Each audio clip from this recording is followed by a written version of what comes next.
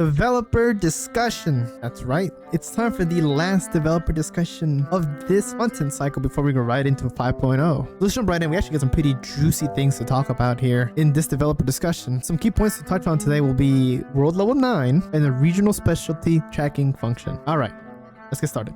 Dear traveler, the newest developer discussions have arrived. Thank you for following us. Starting from version 5.0, world level 9 will be unlocked.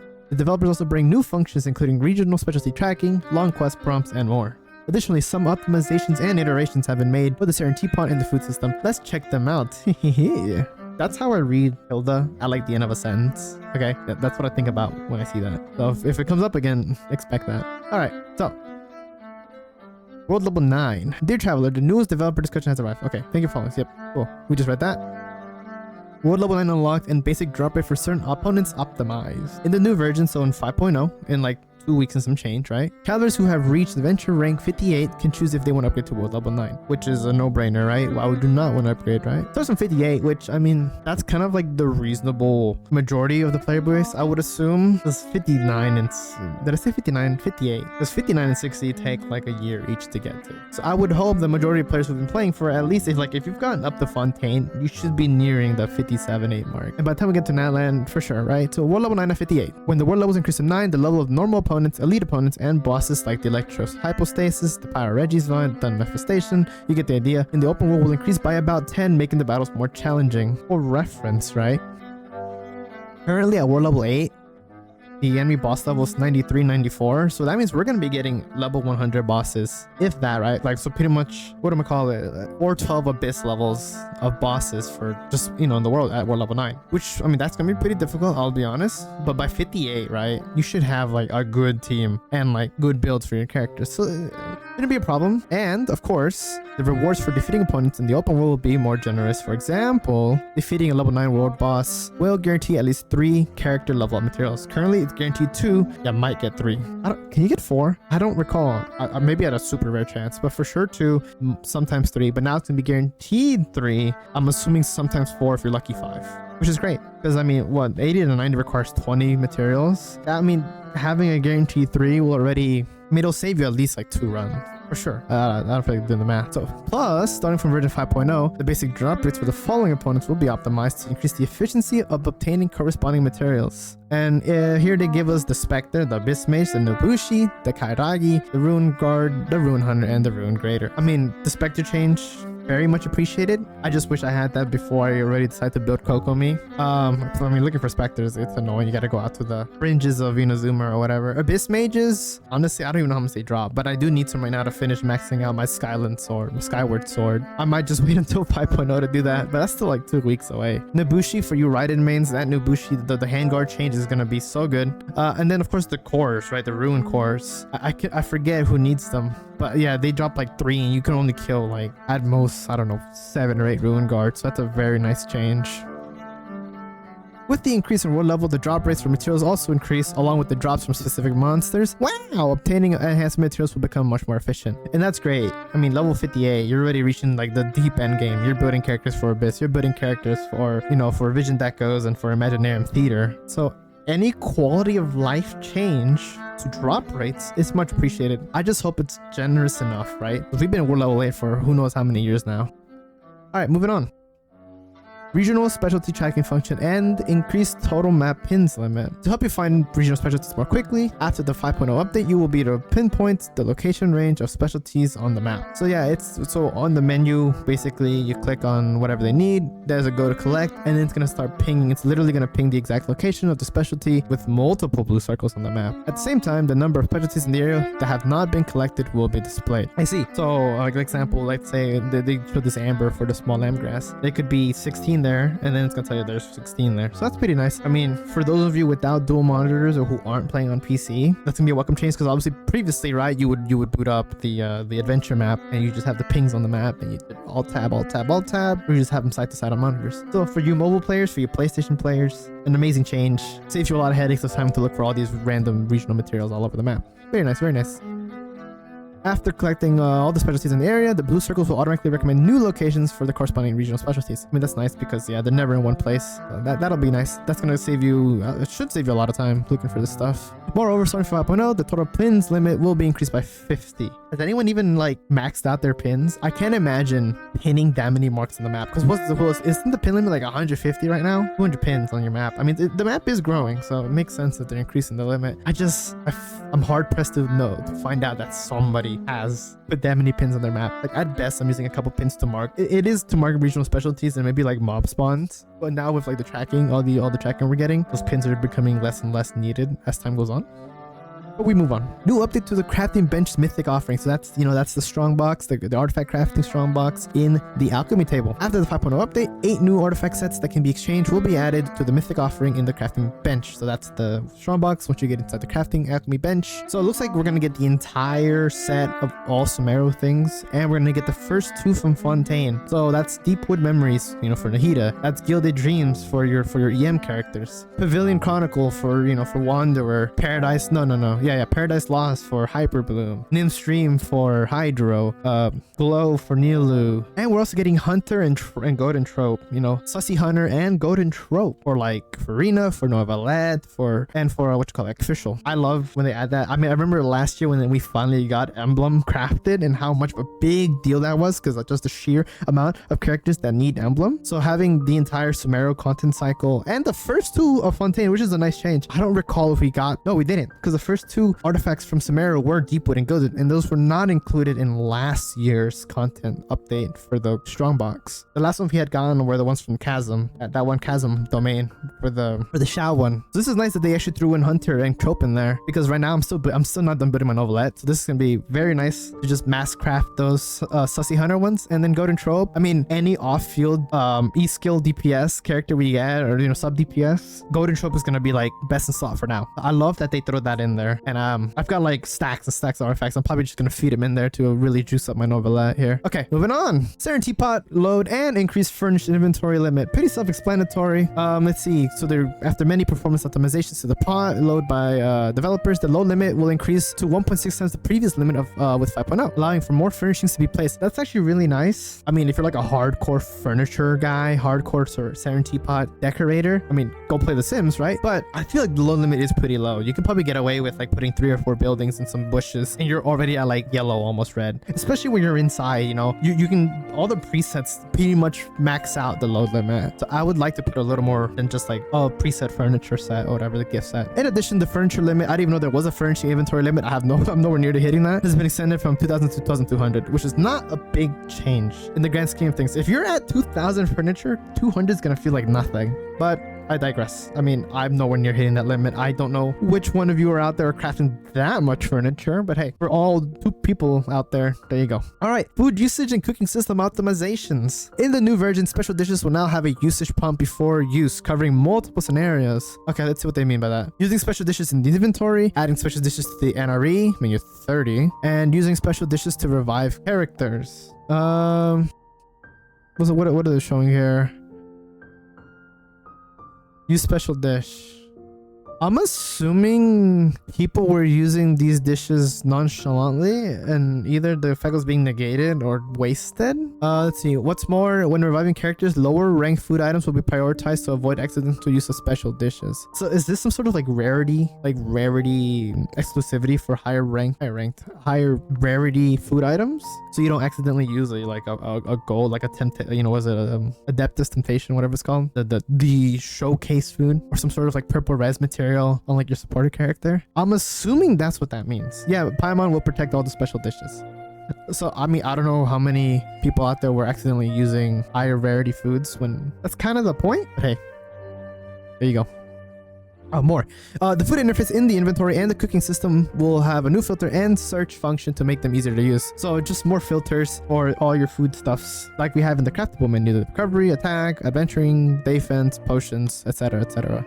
Yeah, inventory, food interface, cooking system interface. Very similar already. We already had the effect types, I know, but I guess they also added proficiencies for the ones you've already have full crafting and ones you haven't fully crafted yet for auto crafting. All right, certain interface operations and display optimizations in the 5.0 version. version, the developers have optimized some commonly used interfaces to facilitate a smooth and convenient operation experience. Starting of which, we have the condensed resin crafting interface. It will display the current number of condensed resins you have and automatically select the maximum amount you can craft without exceeding the limit. For people who are carrying over multiple condenses per day, you're finally going to see it while you're in the alchemy bench, and I think it's going to preset to the maximum amount. So if you have 1, you can craft 4. If you have 2, you can craft 3, etc. And let's see, the next one we have is the weapon enhancement interface. The preview of excess speed converted will be displayed in the enhancement interface directly, simplifying weapon enhancement operations. So yeah, for example, we have here, you hit auto add, and then it tells you you're gonna get 4 and 2 of the enhancement course back. So you'll see that before you actually enhance it. I mean, not that it really mattered how much you got back, but hey, now you'll know how much you get back at the end of an autocraft. The forging interface is next. The forging operation will automatically select the maximum quantity you can currently forge instead of the minimum, without the need for manual adjustment. During repeated forgings, the quantity to be produced can inherit those that have been forged, and the interface will reset after exiting. So if you want to make like 4 stacks of crystals for your weekly crafting requirement, boom, you can just fly through it quicker, not only to drag the bar 4 times and craft it 4 times. We hope that these optimizations will make the corresponding experience smooth for travelers. Yeah, of course. I mean, quality of life changes are always welcome. I'm just glad that in the Fontaine content cycle, we've finally been getting much needed quality of life changes that we've needed since day 1. And there's still a lot we need, okay? You know, Genshin's still the only non-240 resin. Just saying, make it happen, please. Personal profile display page optimizations next. In the new version, the character display page will add the display of the number of characters at max friendship level, the number of stars obtained from floors 9 to 12 at the Spiral Abyss, and increase the display limit for the character showcase and name card showcase. So now you'll see how much friendship you've grinded with all your characters. You'll now see the actual stars you've gained in floors 9 through 12. You know, so the Spiral Abyss reset every time. I think they already had that with Imaginarium Theater, where you can see the blue stars you've earned at what act. And as you can see the image there, they've increased the limit from 8 to 12. As someone who's built many 5 stars, it was hard to choose which were my favorite 5 stars that I wanted to display on my profile. I'm glad that now with 12, that pretty much encapsulates all the limited 5 stars that I have built. So that's nice. And also increases the name card showcase, which is currently 9. I wonder what they've increased it to, maybe like 16, probably 4x4. I'm assuming it's like 16. They don't have an image here displaying it, but hey. We have also set up a function for you to display constellation levels, which you can see there in the bottom left of every character icon there, every character icon there. You can choose whether to display this information publicly based on your needs. I mean, come on, you gotta flex, right? If you have C6, you know, C6 Raiden Shogun, you're gonna let the world know you have C6 Raiden Shogun. If you have C6 Kaya, you know, which low-key might be rarer than C6 limited character, you know, you're gonna let the world know you have C6 Kaya, because bro never drops him any banner. He's never featured, all standard. So please flex away, guys. You're finally gonna be able to display your constellations if you have it for every character. So now the whales have nowhere to hide. Granted, you can opt out of it, but come on now, you're gonna want to display it. But I'll let Paimon see what you got, of course. Alright, next feature, long quest prompt function. The developers noticed that during the adventure, there are some quests with long duration and high difficulty. If you enter without warning, you may experience forced teleportation, interrupted processes, and restarts. This much is very true. It can be very annoying to be roped into a very long quest chain by accident. Therefore, the developers have created the long quest prompt function so that you can plan your adventures accordingly. Or, you know, a skip button would be nice. Anyway, for quests with long storyline durations, the long quest prompt function would trigger a reminder to help you arrange your time reasonably. Like, it's gonna be like, hey bro, set away your whole night, cancel your plans. You're gonna be sitting in this dialogue screen for 2 hours. Basically, that's what we're talking here. For quests with difficult combat scenarios, the long quest prompt function will recommend required elements, weapon types, etc. based on the different combat scenarios to help you enter battles with a suitable party composition. Yeah, this would have been nice for like when you were doing Fontaine quest and you had to fight the whale, which has like I think a pretty sizable hydro resistance. Imagine walking in with a Noivellette team. Well, you would still clear it because Noivellette's that strong, but at least it'd be like, you know, hey, the hydro resistance, you should probably bring some pyro or something. So that'll be nice going forward. And for new players, of course. The examples based on a long quest, yeah, sure. Alright, in addition to the aforementioned optimizations for version 5.0 to reduce the long-term game burden on you, trust me, it's a big burden, and optimize resource output, starting from version 5.0, we plan to adjust the acceptance criteria for weekly reputation quests and make adjustments to the corresponding battle pass missions. Oh nice, we got some battle pass changes. Let's take a look where we at. When the reputation level of a certain region reaches maximum, so that's rep 10 for all the regions, the weekly reputation quest for that region will no longer be available. So that's the bounties in the request. I'm pretty sure that's what they're talking about. We will remove the weekly reputation quest from Battle Pass weekly missions tab. Example given, complete 3 requests and 3 bounties. That one was really nice before they changed the daily system, right? Because at the weekly reset, I would always do complete 3 requests and 3 bounties, because the 3 requests would actually give you daily progress, right? At the end of 3 requests, you would have the 3 gift boxes to claim, so you don't need to do 1 daily for that day. But then they, as of what was it, 4.7, they got rid of it. I don't know why. When we got the new system for like events, and they can, the overflow system. Honestly, having 3 bounties go away is kind of sad, because that was a nice, like 60,000 Mora every week, which, I mean, yeah, sounds like a drop in the bucket, but you do that week and week and week and week, and like, it's going to be a sizable effect of having that Mora missing once you've hit maximum reputation.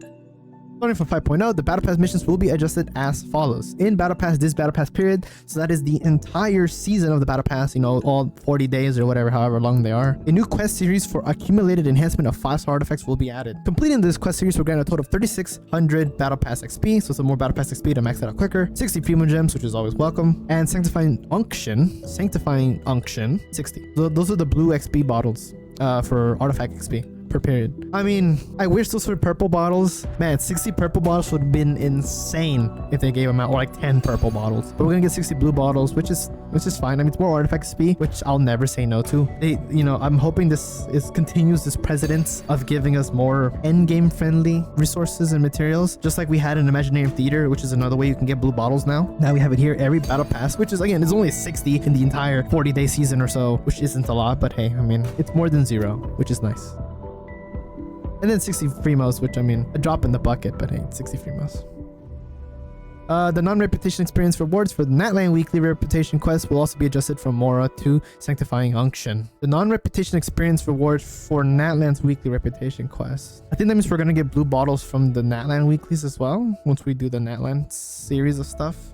And then in daily missions, here is a change to daily missions. In Battle Pass daily missions, the Battle Pass experience for completing claim daily commission reward 4 times will be increased from 150 to 200. So just a small smidge more XP for doing your dailies every day. Battle Pass XP. And for the above adjustments, the developers will issue 1,000,000 Mora in one go. Please stay tuned for the official notice on distribution details. If I read that correctly, right, that means we're all supposed to just get 1,000,000 Mora off rip for the above adjustment. Please stay tuned on notice for notice on the distribution details. I think that means, yeah, we're gonna just get 1,000,000 more. Here you go, which is nice. I mean, I'm in the middle of building 3 characters right now, getting them to level 90, and that's really expensive, so that 1,000,000 more will be put to use immediately.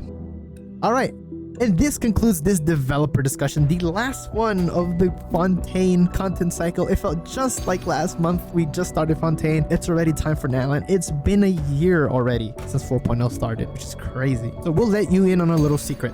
That's not all for the optimizations in version 5.0. For major optimizations, please pay attention to the version 5.0 special program, which, a reminder, will start on August 16th at 12 GTC 8. Let's look forward to this together. So as of time of recording, that's going to be this Friday.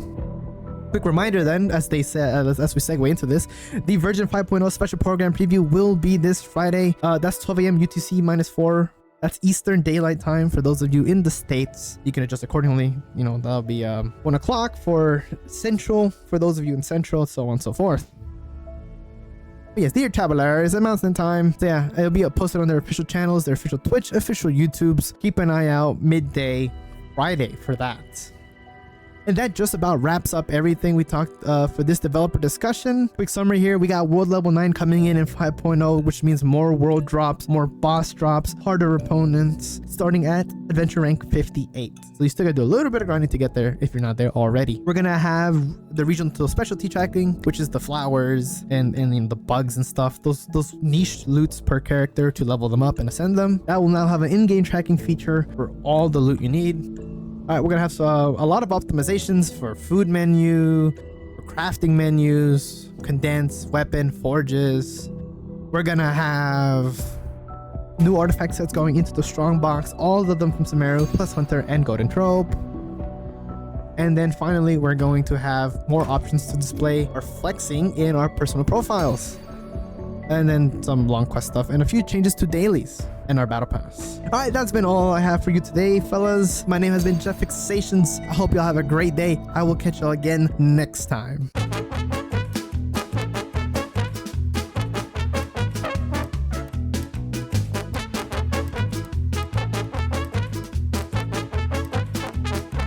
Screaming in public restrooms prank.